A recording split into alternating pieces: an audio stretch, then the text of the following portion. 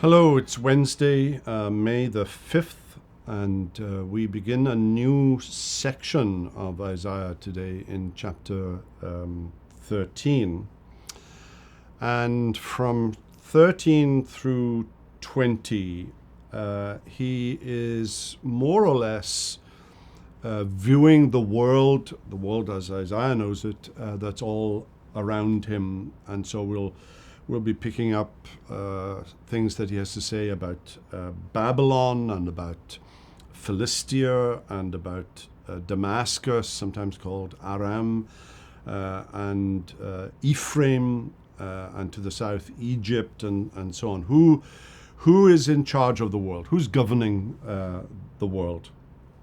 And who is the great ruler of world affairs and the comings and goings of nation states and great empires in Isaiah's day, but in the years that Isaiah could see prophetically all the way down ultimately to the dawning of the new heavens and the new earth.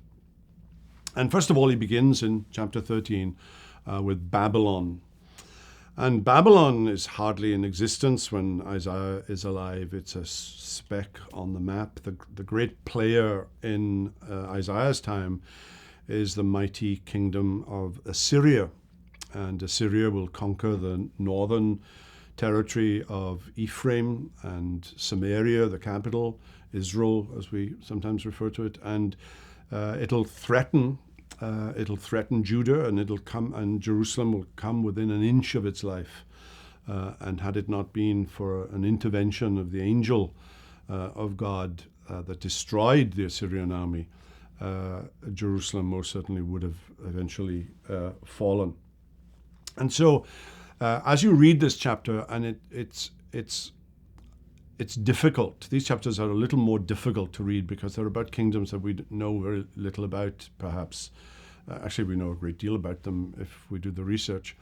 But he's looking to Babylon and events that will come to pass when Babylon, of course, will eventually destroy Assyria and eventually destroy the people of God.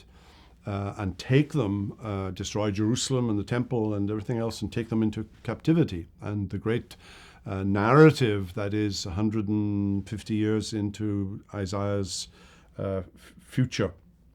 And he talks in verse 17 of the Medes, the ancient Near Eastern Mesopotamian people, and an ally to Babylon, and later would switch allegiances at the collapse of Nineveh in the early 600s, and switch allegiance to Persia.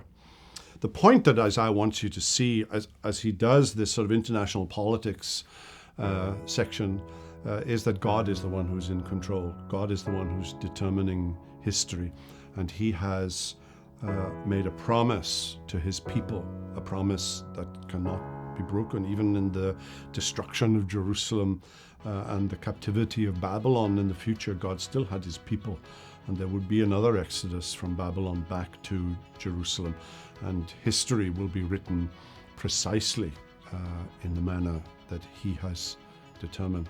That's the lesson. Well, we'll look at chapter 14 tomorrow. Have a wonderful day.